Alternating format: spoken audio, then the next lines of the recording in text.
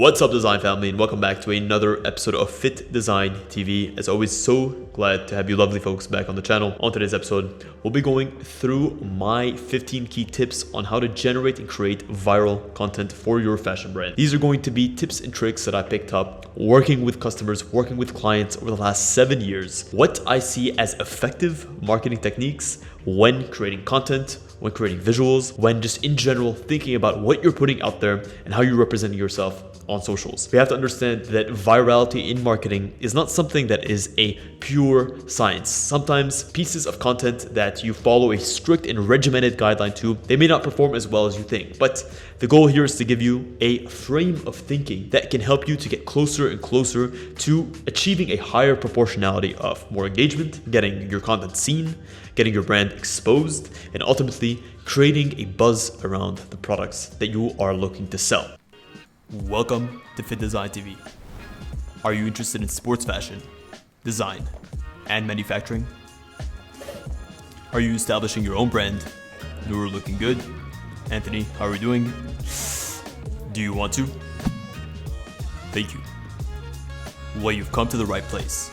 Lights, camera, action. We'll start off with number one, which is to always plan to educate your audience, or to teach them something that is useful but may not be instantly accessible. A good idea or a good example of this is this YouTube channel. You guys have come here because you want to learn all about creating your own fashion brand, you want to learn about textiles, you want to learn about marketing, and I always try to give it a spin or an approach that you can't find anywhere else. I try to give it a sportswear-based approach. A lot of my data, a lot of my statistics, a lot of my referencing is not just generalistic in fashion or in the fashion realm. It's specifically geared towards sportswear brands. I know my niche very well, and so should you. As a fashion brand, you need to understand your customer to be able to speak to them and to educate them in ways that only they can understand. Because it's so hyper-focused, you may think that it's such a small proportion of the population, but that could be further from the truth. Chances are, what you're interested in, others are interested in as well. So take a chance and educate your audience.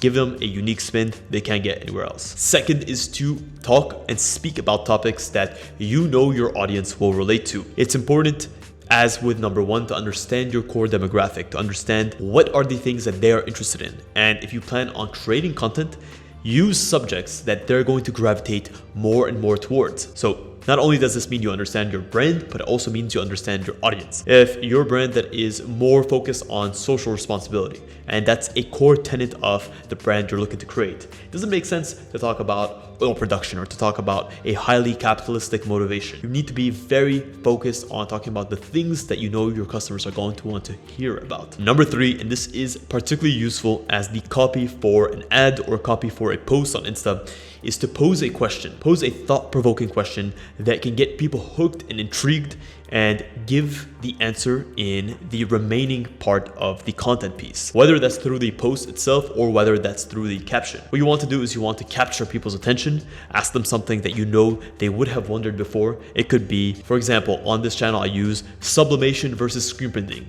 What is the best option for fashion brands or sportswear brands? And then in the episodes, I give the answers to that question. The idea here is that I am hooking you by posing a question that you might have asked yourself before, and then I'm giving you the answer to this question through the content, through educating you. Number four, and this goes in tandem with number three, is to actually use catchy, thought-provoking headlines. It's always important to get people to think, to pull on their heartstrings, to give them something that is more than meets the eye. This is especially useful when trying to generate viral content. Don't give away the illusion all in one. You need to be able to hook them in, to get them interested, to pique their interest with the first second, or whether it's the caption of the post, or whether it's giving just enough imagery so that they know what the post is about, but they don't quite know what the post is about, if that makes sense. You get them thinking. Getting them thinking gives two core advantages. Number one is it forces them to engage with the piece. And two, when they are thinking about a thought-provoking topic, whatever that topic may be, chances are that topic is going to resonate and remain in their heads long after they viewed that post. And if they attach that thought-provoking subject with your brand, they're remembering their brand. And your brand is living rent-free in their head, and all it's cost you is a thought-provoking topic or a thought-provoking headline. Number five is stick to a simple format when delivering content. It can be so easy to get over wordy or to over explain certain concepts. But as I do with this channel, I try to break down larger topics, more complex topics into bite-sizable pieces. And that way I can also structure it in a way that you guys can better understand. Some great formats to use are short video essays and also countdowns or top 10 lists. This is a great way to take a larger topic to break it down into easier pieces to digest. And number 6, and I've mentioned this in previous episodes, is to use emotions to your advantage. One way to get through to people is through their emotions, whether it's using positive emotions of laughter, of comedy, of joy, or using a little bit more of a sentimental emotion where you get them to feel nostalgic, you get them to resonate with a topic or an idea or a cause, you get them to feel something or compassion towards a cause that you're going after. By eliciting that emotion in them, whether it's nostalgia, whether it's compassion, whether it's laughter, whether it's joy, you are resonating your brand and you're associating your brand with those feelings. Nike does this really well. What Nike does is it puts a concept of aspiration out there. When you see Nike athletes, you aspire and you get that sense that through their clothing and through being a part of that brand, you too can aspire to achieve greatness and to achieve things that you couldn't without their clothing. And that's the power of emotion. That's the power of getting people to feel something in relationship or within the frame of your brand. Number 7, this is particularly useful for video content and photo content, is take a moment and get creative. Make your content artistic. Take creative liberties with the pieces that you're creating, but always make sure to remain on brand. This doesn't mean to have a regimented or a very rudimentary set of guidelines that you follow, but it means to keep everything consistent and cohesive. If your brand is taking different shapes, different forms, different colors, different fonts, different ideas in every single post or every other post, that lack of consistency is not going to resonate well with your customers. What they want is they want a brand that knows what it stands for and is able to visually display that day in and day out. Number 8, as part of a post, consider a very simple and easy giveaway. And what that's going to do is it's going to encourage your customers to integrate or to interact with your posts.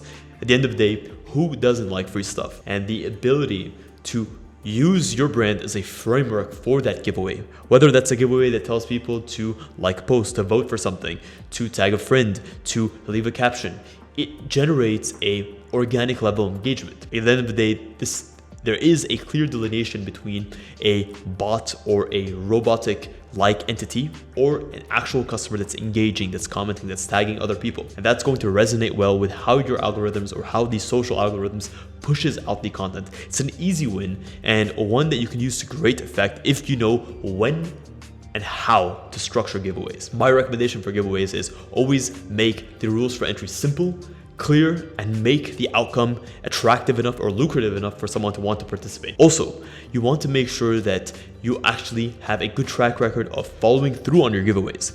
When you do give that giveaway, give a follow-up to your customers. Show previous results of giveaways and show how it's actually impacted others' lives and benefited others' lives. And number 9 is to create an engaging or informative quiz or game or whatever it may be. This can be as simple as a question and answer or getting them to guess on something or getting them to figure something out by leaving a riddle in your copy. And the winner of that gets XYZ. This is all a means of varying up your posts. None of these rules are you do them every single time or you try to stack all of them together. Consider this like the alphabet.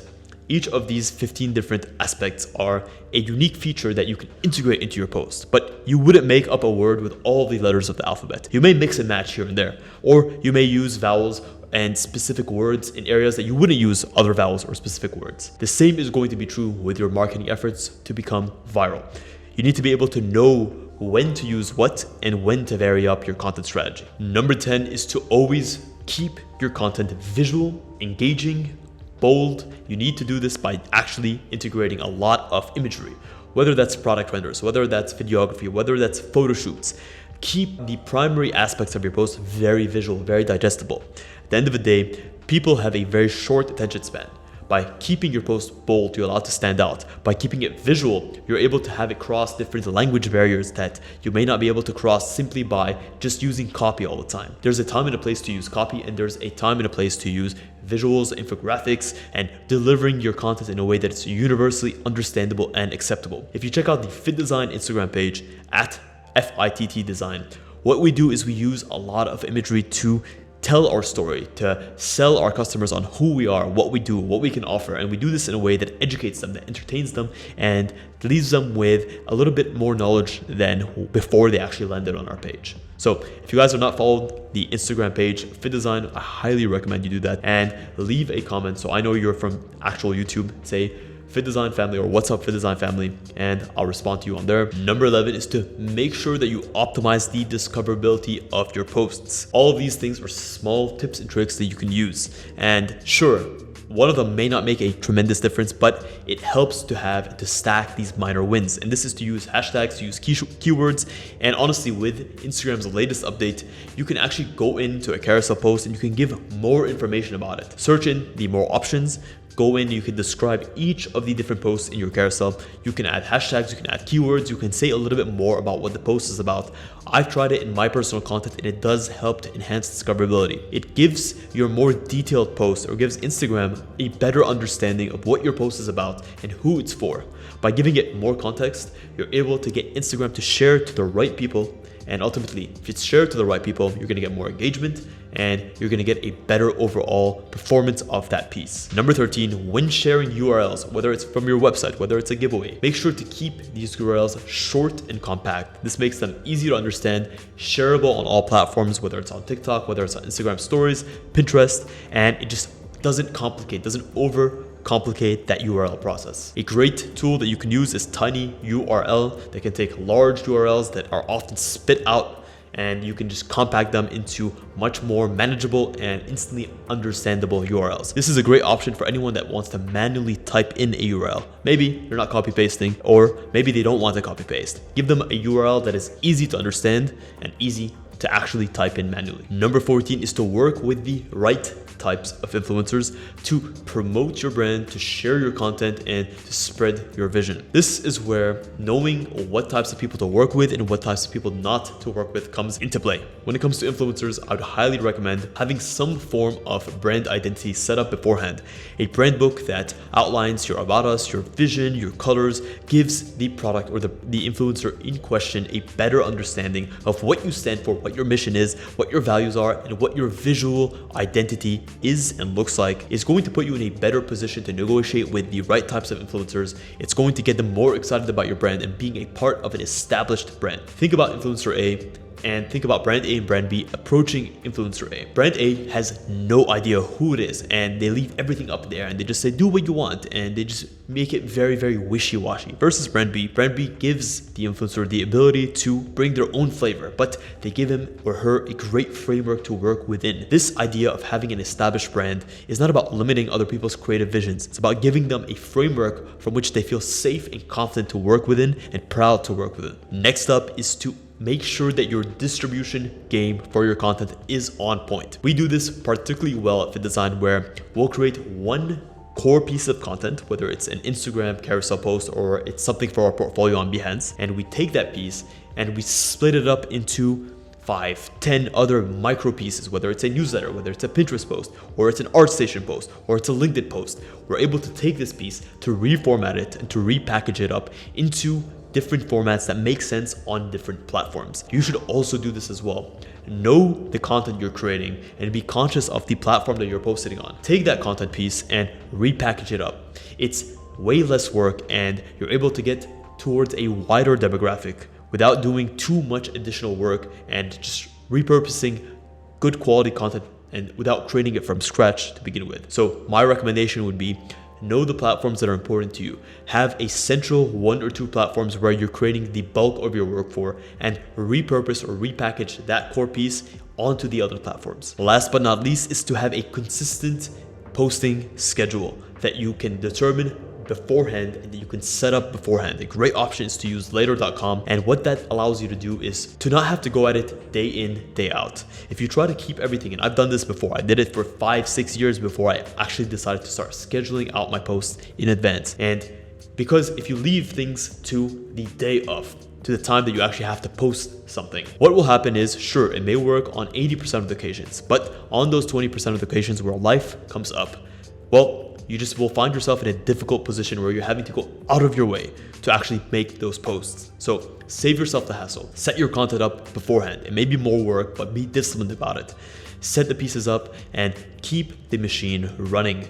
Your future self and your future brand will thank you for it. Well guys, that is it. That is a wrap on this episode. Let me know which of these 15 key tips you guys prefer or feel like were the most effective. And if you guys feel like there's something that I missed out, let me know in the comments below. I always enjoy hearing from you guys. Also, most of you may or may not know that we just recently launched an exclusive content program and for our YouTube members. We have 3 key tiers and you get a ton of benefits. Check out the community section on our channel.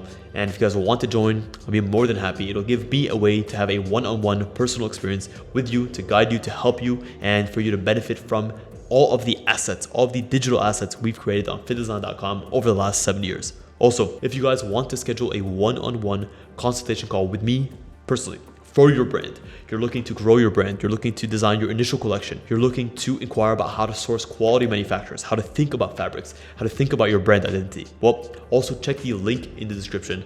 I offer consultation slots with limited slots every single week. So if you guys want to speak, we can definitely do that. I always say this, but from the very bottom of my heart, thank you so much for tuning in to this episode of Fit Design TV. Until next week's episode, stay awesome.